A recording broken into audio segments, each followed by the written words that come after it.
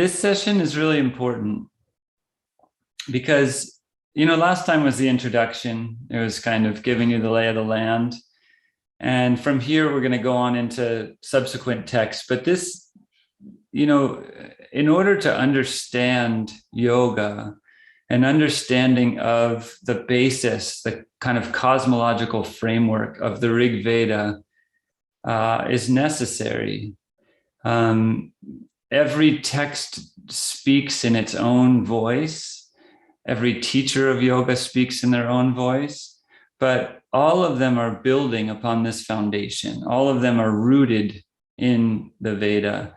And a lot of the subsequent texts refer back to the Vedas, and sometimes in a kind of confusing way. In the Bhagavad Gita, for example, Krishna says something along the lines of, the ritualism of the Vedas, the kind of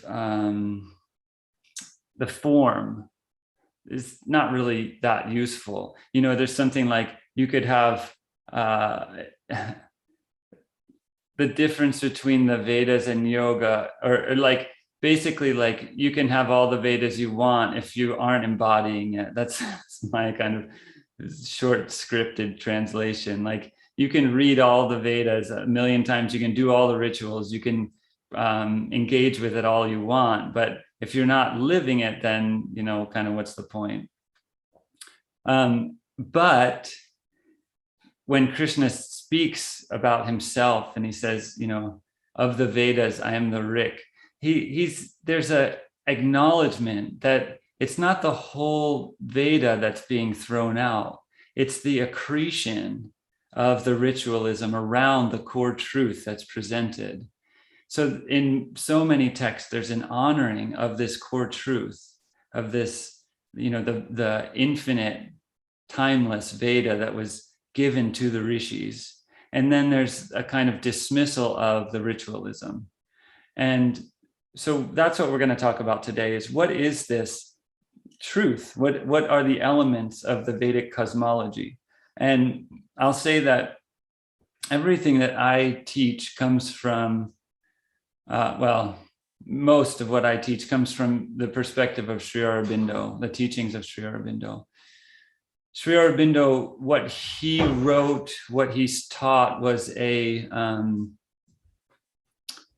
of overturned the general understanding of the Vedas. There was a teacher named Sayana that wrote a long time ago and kind of gave a framework of the Vedas, a translation, I guess, because Vedic Sanskrit is not the same, obviously, as modern Hindi, but it's not even the same as later Sanskrit. So there was an interpretation that was happening, and that was Sayana's interpretation was kind of taken for granted. And all of the early English translations, there's really not that many English translations of the Veda. Mostly we rely on the work of some of the earliest kind of British colonialists from the 18th and 19th centuries. But, they're heavily leaning on Sayana's interpretation. Sri Aurobindo brought a new interpretation. And he basically said, there's several words in the Veda that can be understood as the actual kind of outer meaning. The word go, for example, it can mean cow. It does mean cow. But it also means light, and it also can mean a ray of light. And if you take it as ray of light throughout and don't Sayana, sometimes it's cow, sometimes it's light, and sometimes it's a little confusing and it doesn't really make sense.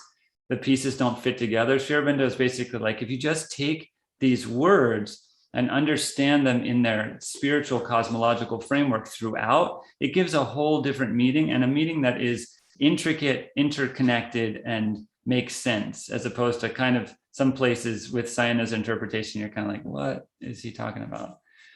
And so I'm going to go through and give like an overview of 4 cosmological principles. Now, these are not the only 4 cosmological principles of the Veda, but we're gonna work with 4 of them today, and we can carry these principles throughout our exploration of the other texts. And that's what I mean when I say this is important. This is an important session because it gives a framework for understanding not only what are these other yoga texts saying, but like what is this thing called yoga that we're talking about? What is the universe that we're operating in? What are the assumptions or the understandings of reality that we're operating within when we talk about yoga and the yoga tradition? So just a quick review, there are 4 Vedas. You have to remember this for your final exam, 4 Vedas.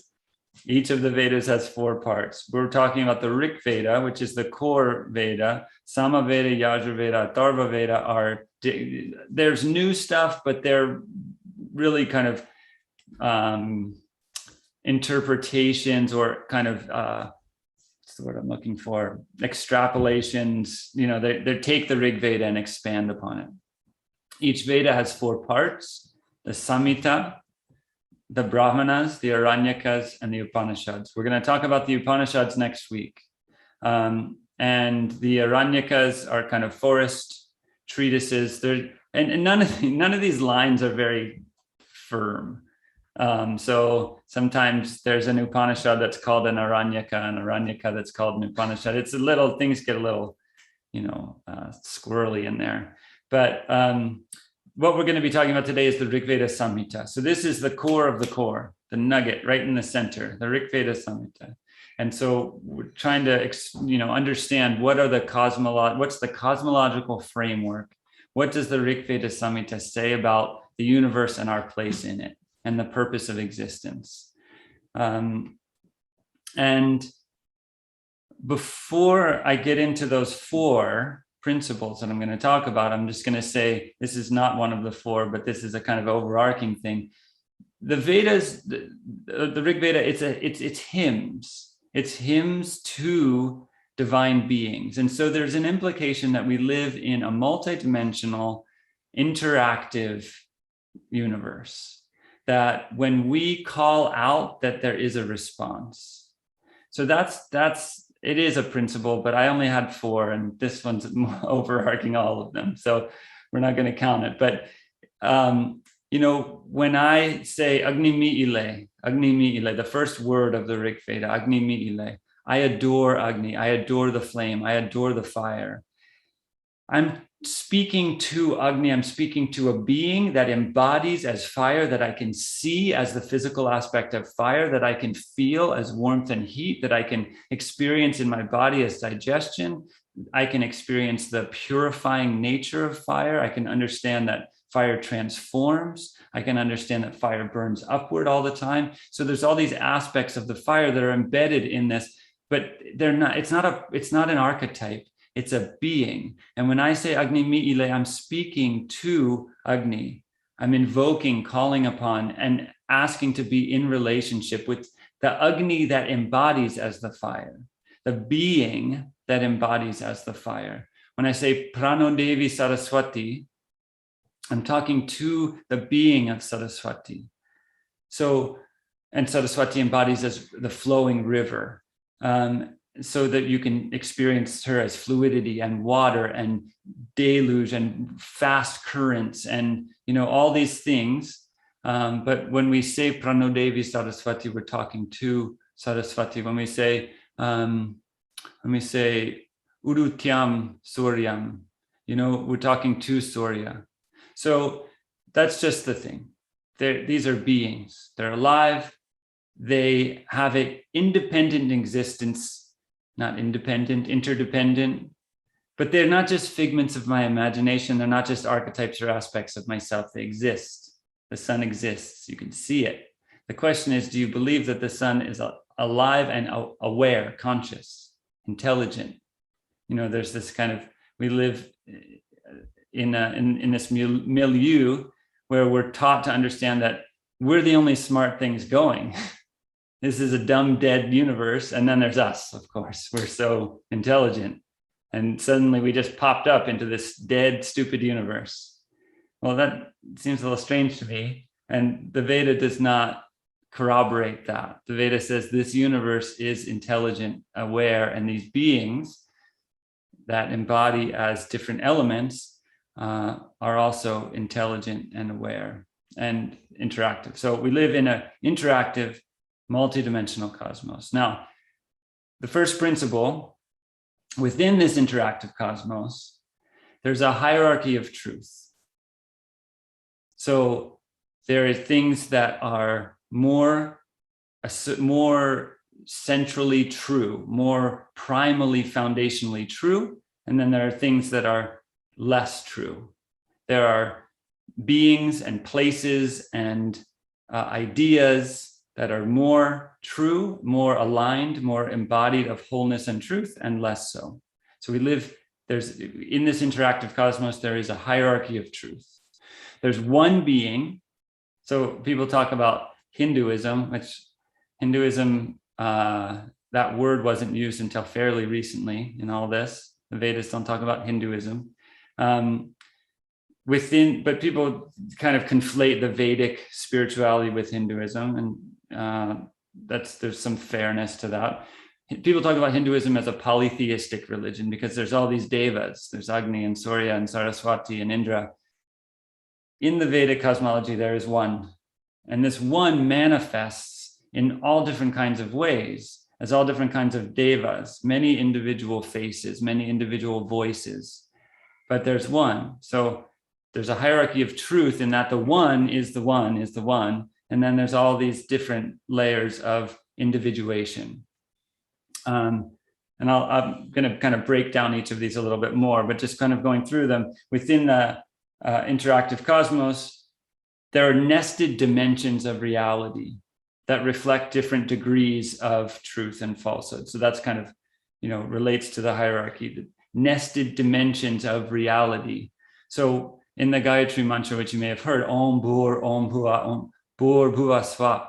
Bhur is the earth. Bhuva is the in-between space. Svar is heaven. And these are three dimensions of reality, but within each of these three, there are also nested dimensions of reality. And so there's all different gradations, and they're all nested inside of each other. And so that's the kind of framework of beingness, of existence. Then we have time, progression, right? That's another element that we live in. So there's what exists, this interactive cosmos with a hierarchy of truth, and then and nested dimensions of reality. And then evolution is happening through time. So there was in the Vedic cosmology, there was an involution, that one that knows everything, has everything, is everything, needs nothing, subsumes everything, contains everything, forgot itself. It involved itself in density, in individuality, in separateness. The one wholeness that is all connected and knows itself to be all connected, forgot itself, lost itself, buried itself, dove down into ignorance, forgetfulness, sleep, individuation, separateness. Out of that involution comes an evolution. This is all that we know of as evolution. The evolution of the species, the evolution of consciousness, the evolution of humankind, the evolution, evolution is an unraveling, an unfurling, an opening of that which was involved. The one was involved, and the one opens itself up and unravels itself and remembers itself, puts itself back together. It's like the cosmic game of hide and seek. And so that evolution involves progressive embodiment of the one into the individuation. So the individuals that have forgotten, the individual aspects of that one that have forgotten their oneness, that are embedded in individuality, and there's different degrees of that forgetfulness and different degrees of that embeddedness, as they evolve, grow to understand and embody and experience that divine oneness in themselves, in the finiteness, the infinite inside the finite, so that the oneness is, that's the path through which the oneness remembers itself. Now, within this evolutionary framework, this is the third principle. So that we have hierarchy of truth. Okay, that's how it is. Hierarchy of truth, and the part of the hierarchy of truth is the nested dimensions of reality. So that's the first principle. There's a hierarchy of truth that includes nested dimensions of reality. The second principle is there's involution, and then there's an evolution. Evolution evolves out of the involution. The third principle is that there is a tension in the cosmos between forces that are drawing things toward evolution, towards wholeness, towards realization, towards remembering, and forces that are pushing against it. It's like kind of like when you're driving and there's, or if you're riding a bike and there's wind in your face, there's resistance to the process of evolution. And these forces are characterized in the Veda as forces of light and forces of darkness. Forces of light, forces of that show, that reveal, that that when I'm talking about light, I'm talking about that that make things visible, make the truth visible, make reality visible, make the one visible, versus darkness, forces of obscuration, forces that blind and close off and inhibit the capacity to see. So that's number 3. The path, the fourth thing is the path that allows us to navigate, or the path from darkness to light, through the path of evolution, through this milieu, this tension of darkness to light. The path itself is sacrifice, yajna, the sacrifice of the lower to the higher. And it's the sacrifice of the lower to the higher that allows all to be nourished. And the sacrifice is embodied in the Vedic ritual. And I talked a little bit about this last time, in the homa. You go to the homa, you put into the fire something valuable to you, food, nourishment. You put it into the fire, ghee, important, nourishing things. You give that, something that feels critical to my individuality, offered to the fire.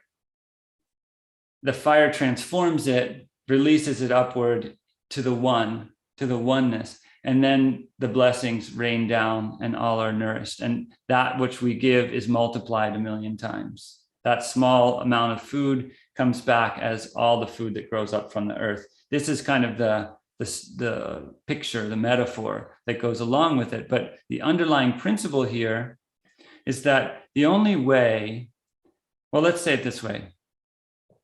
It's true that I am an individual. That's the truth. I'm an individual person. It's also true that I am a member of my family. Those truths don't invalidate each other, the fact that I'm an individual and that I'm a member. The fact that I'm a member of my family is a higher order truth than the fact that I am an individual, that I am separate. I am also a citizen of the United States. So this is another higher order. It's a larger membership.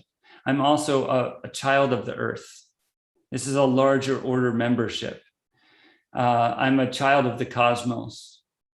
And I am one with the one. These are all gradations of truth. And this is what I'm talking about when I'm talking about the hierarchy of truth. I am one with the one is the highest, most comprehensive truth. And then I am separate and individuated and in competition with everything around me for my very existence. It may be my experience, but it's a lower order of truth. The truths don't invalidate each other, but if the lower order of truth can release itself, offer itself to the higher truth and receive from the higher truth, then they can coexist. There can be an individuation, there can be an individual me that's also in an embodied way, aware and kind of realizing my oneness with all. And so the relationship between these different levels of existence is kind of where this comes into everyday life. What do we experience ourselves as? The cosmology of the world around us, there's overlapping cosmologies from academia, mainstream media, popular yoga culture, our families, any religion that we've been involved with. Each of these has its own cosmological framework. And so we often are living in the midst of all these different cosmologies that are telling us the nature of the reality and, you know, what's important and why do we exist and all that. We don't think about it often very much, but even if we don't think about it, these are implicit understandings that we have that govern the way that we interact with the world. They govern our relationships, they govern what we do and say.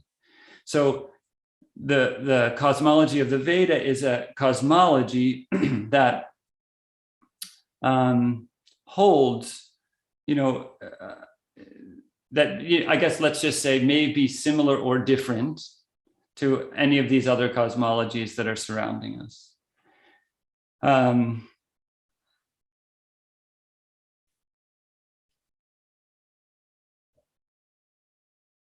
So I'm going to back up a little bit and talk a little bit about each one of these. Hierarchy of truth. As a result of white supremacy primarily, well, other things too, but let's just say white supremacy and its pervasiveness, there's a real allergicness to hierarchy in a lot of kind of spaces in the popular yoga culture. And that's totally understandable because white supremacy kind of the idea that domination is that hierarchy implies domination, right? Like that in order to survive in this world, we have to dominate others. And all the distortions that have come out of that have kind of created this feeling where, like, you know, I don't want to be a part of any kind of domination like that. And yet what the Veda is talking about as far as hierarchy is different than that.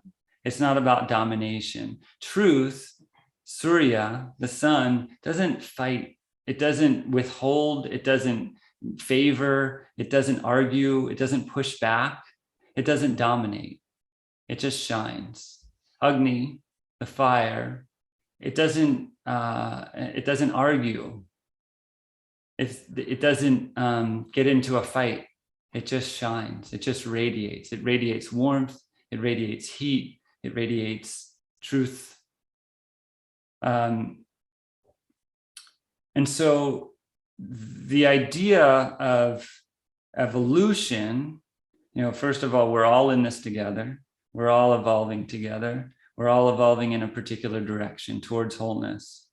And there are beings who have embodied truth consciousness, identification with the one, actually embodied in a holistic way more of that than other beings. And that exists in the cosmic hierarchies of the beings that we can't see. I mean, I'm talking about the Vedic cosmology here. There are beings of that are seeking to inhibit the process of evolution. So those beings obviously are invested in a separateness. So there's kind of, and then in an embodied sense, in kind of human existence, there are also beings who have a further embodiment of that realization of their oneness with the cosmos.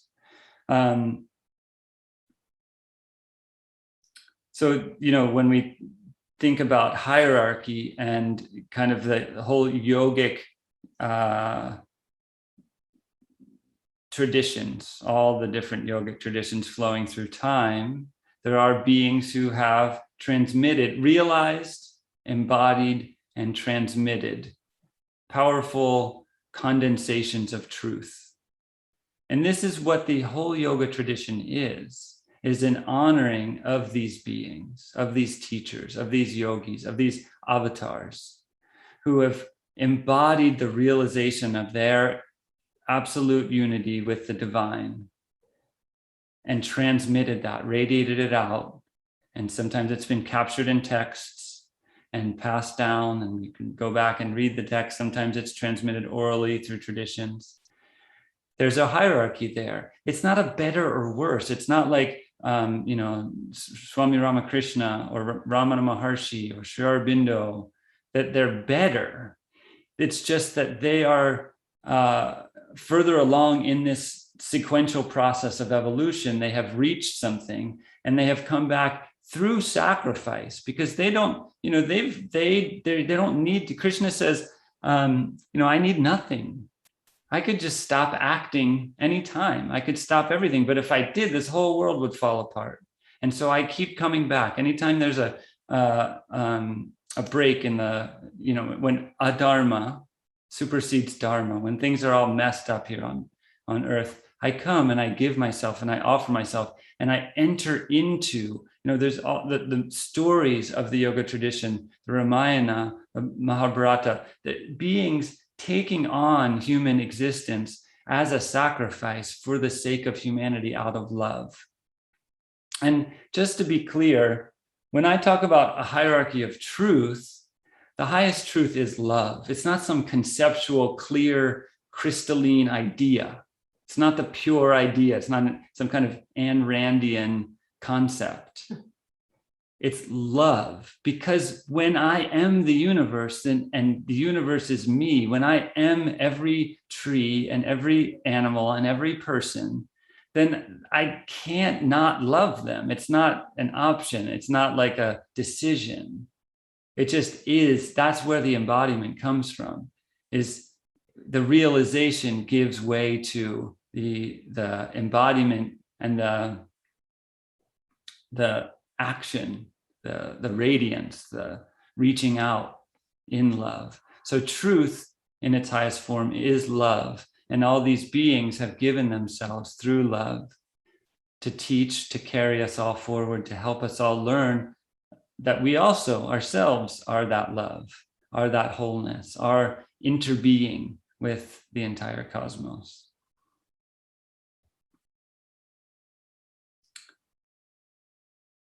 And the purpose of life, the big question, what's the purpose of life? In this scheme, the purpose of life is realization, self-realization, to realize who we are and what this whole cosmos is. And not as an idea, not as a thought that we have, not as something that we could write about, but as something that we embody. And that we experience when like life's hard, but it stays with us. That's true. Corinne wanted to remind everyone that when we embody the reality that we are the wholeness of the universe, that carries through even difficult moments. All of us experience difficult moments to different degrees at different times of our life. And, I think maybe what Corinne's getting at is that it's possible to have a realization that's like a flash, a moment when all the walls fall down and there's just, me and the cosmos. And maybe we feel the love of the entire universe inside of us, and then that might recede. And so in this evolutionary process, sometimes for people, there's a progressive awakening and contraction, expansion and contraction. And it can be the times that are difficult, going through a difficult personal experience, being with a loved one in a difficult time, witnessing the trauma of the world, suffering of people around us, that can lead us to contract and lose that bigger perspective, that bigger knowing, that bigger understanding. The evolution is toward a steadiness, toward a consistency and a constancy of that realization, so that it is imperturbable, so that it can't be taken apart, so that nothing that can happen to us can take it away. And often it's progressive. It moves, it expands and condenses, can expand. And you can think of it as a spiral, not necessarily a circle. Sometimes it feels like a circle, right? That's the kind of the disillusioned part of us can sometimes say, well, I'm just going in circles here, just going in circles. But if you can think of it as a spiral, each time around, there's a little bit more that's been integrated. Each time around, there's a little bit more. And often we are the worst judges of that for ourselves. It's very hard for us to see on a nuanced level what we've gained through this cycle. And sometimes if we're blessed, there's people around us who can reflect that back to us and remind us what we've gained. Nothing that is gained can ever be lost. And that's the nature of the spiral. There's no gain that is ever lost. And I talked some about sacrifice last time, but just to reiterate, the self-preservation instinct is primal, and it can lead to putting myself above others. And so the path of yoga really is not a path of self-glamorization. I mean, when you look around in the world right now, when you see the word yoga and you see things associated with yoga, a lot of what you see is self-glamorization. Get better, get stronger, get smarter, get more culturally attractive, get, you're going to feel better. That's not yoga. Yoga is about sacrificing I, me, mine on the altar of the one. It's about giving the self to the wholeness, not giving the self to, and I think this, in our popular culture, we get a little confused about that. It's not giving oneself to the lower forces. It's not offering oneself to the forces that are seeking to inhibit the process of evolution. It's giving oneself to love. It's giving oneself to the highest form of love and saying, pour through me, use this body, use this mind, use this being for the benefit of all. And these are the beings, the teachers, that through their stories and their teachings have come down through time, are the ones that have embodied that. Take this body, take this mind, take this voice, take this life, and use it for the benefit of all. Show me what's the highest benefit that my life can be. That's sacrifice. That's yajna. The word in Sanskrit is yajna.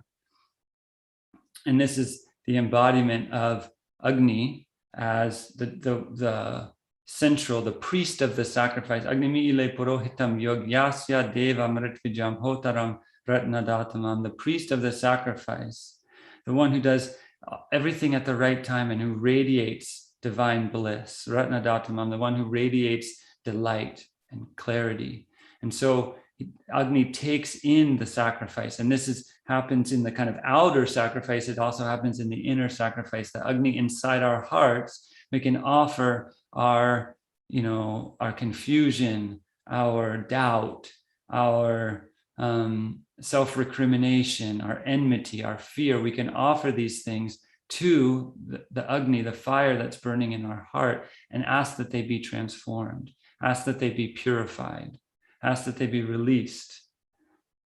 And this is the function of Agni. And in the Rig Veda, one of the central stories is a story of the Agni Angirasa Rishis. Angirasa Rishis. This is like the rishis, the seers, the rishis, who embody Agni, who are of Agni, who have this Agni, this fire, who have given themselves to this fire.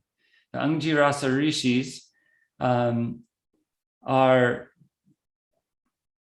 their light, the radiance of their being has been taken and stolen by the panis, the misers, the traffickers, the hoarders. They've hidden them in a cave. And Sarama is the dog, the divine dog. Sadhama is like the intuition. Sadhama is the intuition that finds the light, that can sense the light. And each of us has this capacity to sense light as an energy, to sense truth as an energy, not as a thought, not even as an emotion, but to sense it as an energy, to vibe somebody out. You hear somebody talking sometimes and you can feel out like, degrees of truth, degrees of light, degrees of, to what degree is this person sincere? To what degree is this person integrated and embodying what they're talking about? That's sadhama. That's the intuition. The intuition runs and sniffs out and finds the light. And when the intuition finds the light, the Anjirasa rishis chant the mantra. They say the word. And Indra is the divine mind, comes with a thunderbolt and smashes through the mountain and opens up the cave, and the light is released.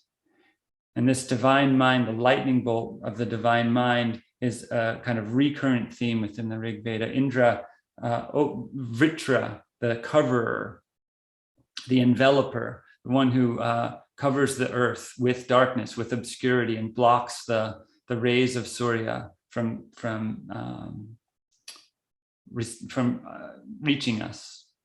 Indra, the divine mind, the illuminated mind, the clear mind, clarity, purity of thought, purity of mind. The lightning bolt goes and Vritra is destroyed. So these are kind of the way that these principles embody in the myth, the mythos, the story of the Rig Veda.